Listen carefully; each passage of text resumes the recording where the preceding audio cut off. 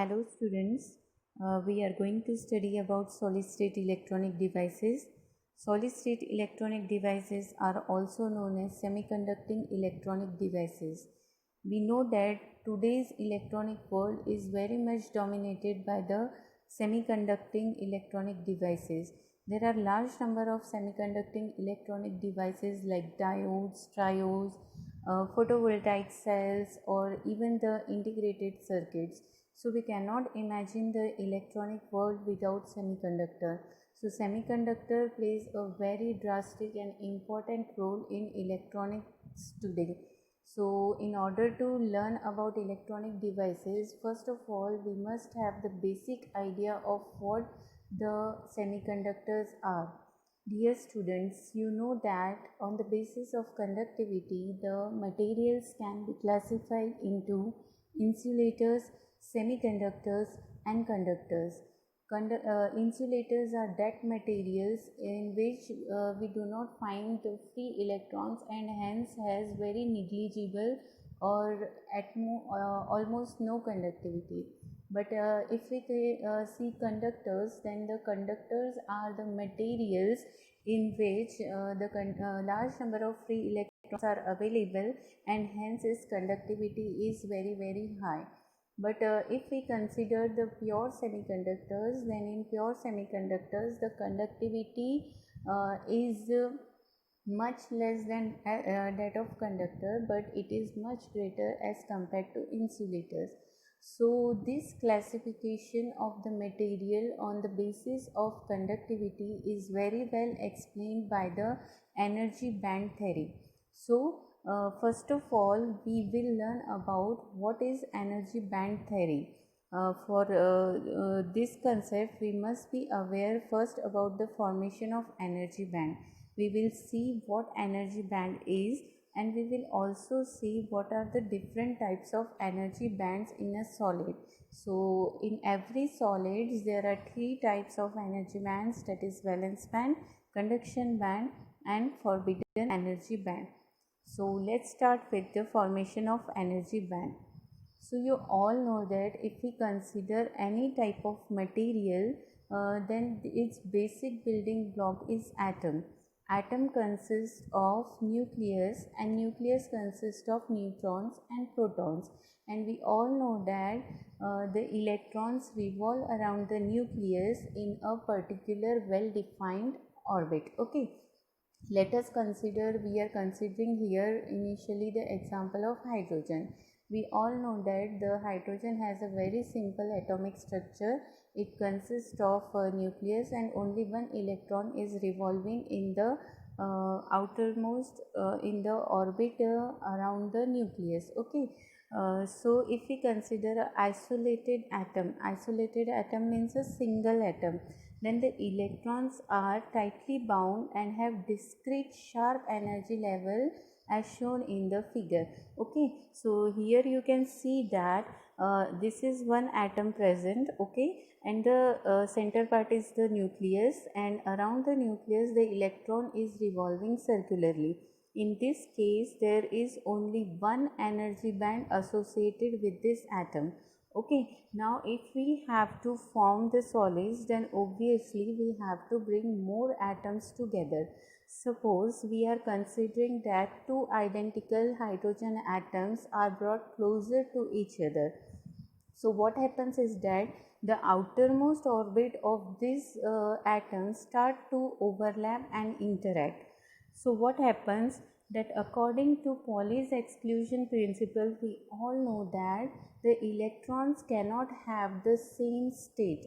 Okay, so when two electrons interact with each other, they will have the same quantum state, that is the electron will have the same energy state corresponding to both the atom, but it is not allowed by Pauli's exclusion principle. So what happens is that the single energy levels split up into two as shown in this adjacent figure.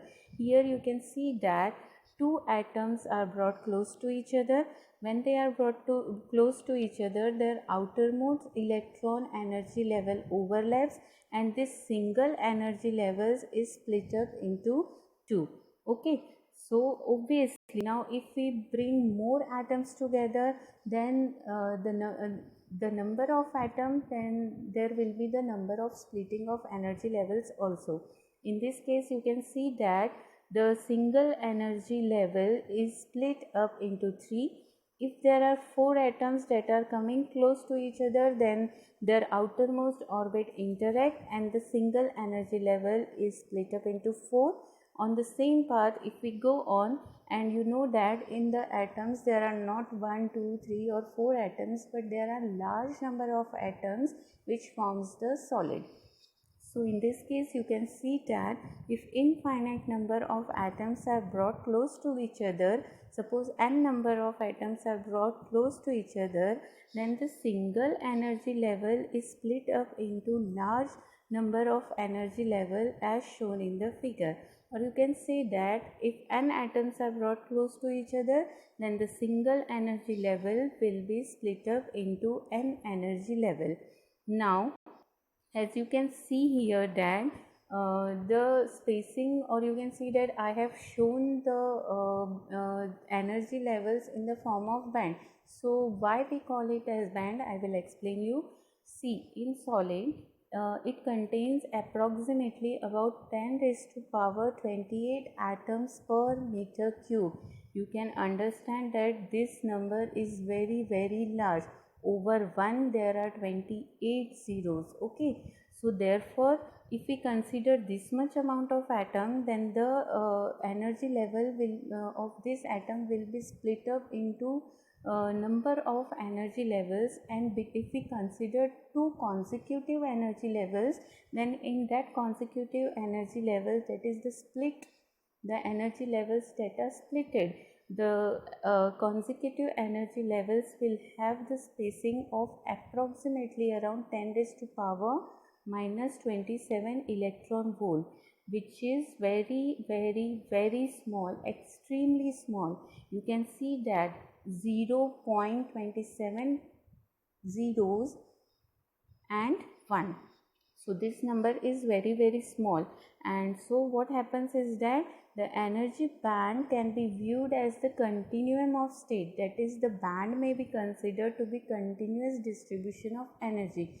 Like if we see a band made up of cloth or threads, okay, when we see it, we consider it as a continuous strand. Okay, but we know that that strand is made up of large number of threads.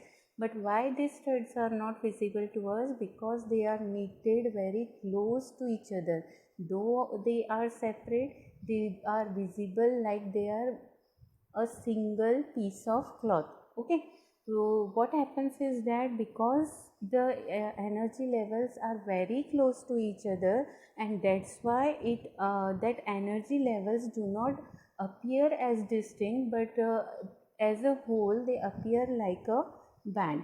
Okay, so the splitting of the energy levels here depends upon the atom structure. So the inner levels of the atoms are not splitted much. Why? The reason is that these atoms are the lowest energy levels occupied by the electrons, and they are completely filled. They are strongly attracted towards the nucleus, and moreover they are shielded by the outermost energy levels. So you all may be aware or must aware about that these electrons do not take part in any type of reaction, whether it is chemical reaction or whether it is related to electronic conduction. Okay, so the outer so the inner electron energy levels are forms the core band. As you see here in the diagram, that if we consider a certain energy band diagram of certain material, we know that the energy level are 1s2, 2s2, then 2p6, 3s2 and 3p2. Okay, so from the diagram you can see that this inner levels are not splitted at all. or there is a very slight splitting as we bring the atoms close to each other. But you can see that this outermost valence shell, as we bring the atoms close together, this is the interatomic spacing, and we are decreasing. As soon as we decrease the spacing, you can see here that the splitting of the energy level is taken place. Okay, then this energy level splits and forms the band, and they are divided into valence band and conduction band, and these two are separated by the forbidden energy gap. Okay, so due to the formation of the solid, there are the formation of energy bands. So we have studied what is energy band. The energy band is nothing but can be defined as the continuous variation of allowed energies. Why I am saying allowed energies? It is very important word, because these energy levels or energy states are allowed for the electrons. Means electrons can exist in this energy states. Or in simple words, you can define energy band as the group of allowed energy levels having slightly different energies. So it is a group of energy levels, and if we consider the consecutive energy levels in this group, then they will have a slight energy difference between them. Now we will see various types of bands present in the solid. Okay, first is the valence band. So the energy band, which is formed by the group of series of allowed energy levels containing valence electron, is nothing but valence band. Okay, I have written here valence electrons, but it is actually valence band. Okay, it is defined as the band occupied by the valence electrons. It is the band, you can say the energy band, that is occupied by the electrons. This band can be partially filled or completely filled with electrons, but it cannot be empty. So see, in diagram, this is the valence band. This valence band can be completely filled or partially filled, but it can never be empty. So it is the lowest energy level occupied by the electrons. The atoms first will in atoms, the electron first will always occupy the lower energy levels. So this band can never be empty, but it can be partially filled depending upon the atomic structure of the material. Next higher level to the valence band is the conduction band. So a energy band which is next higher to the valence band is known as conduction band, or you can define is as a band corresponding to the conduction electron. Okay, this band may be empty or may be partially filled with electrons, but it can never be completely filled with electrons. So in the diagram you can see the conduction band. Remember student, this conduction band can never be completely filled. If it is completely filled, means valence band is completely empty. It is not possible, because the electron always try to occupy the lowest energy level. So even if the electrons are excited from to the higher band, they have to come back to the valence band, because it is their stable state. Okay, so we are saying that it can be empty or it can be partially filled with electrons, but it can never be completely filled with electrons. Okay. Okay, then the third band is known as forbidden band or energy band gap. So what is forbidden band? The energy interval, or you can say the gap of energy between valence band and conduction band, is known as forbidden band or energy band gap of the solid. It is denoted by Eg and it is measured in terms of electron volt. Okay, no electron can exist in this band, and that's why it is given the name forbidden band or energy band gap. So in the diagram you can see that valence band and conduction band is separated by forbidden energy gap, and this energy gap is very much important in determining the conductive property of the materials. So this band theory is most crucial in determining or in classifying the materials into semiconductors, conductors and insulators. So if the electrons have to jump from valence band to conduction band, we have to apply the energy or give the energy of or equal to the energy gap between valence band and conduction band.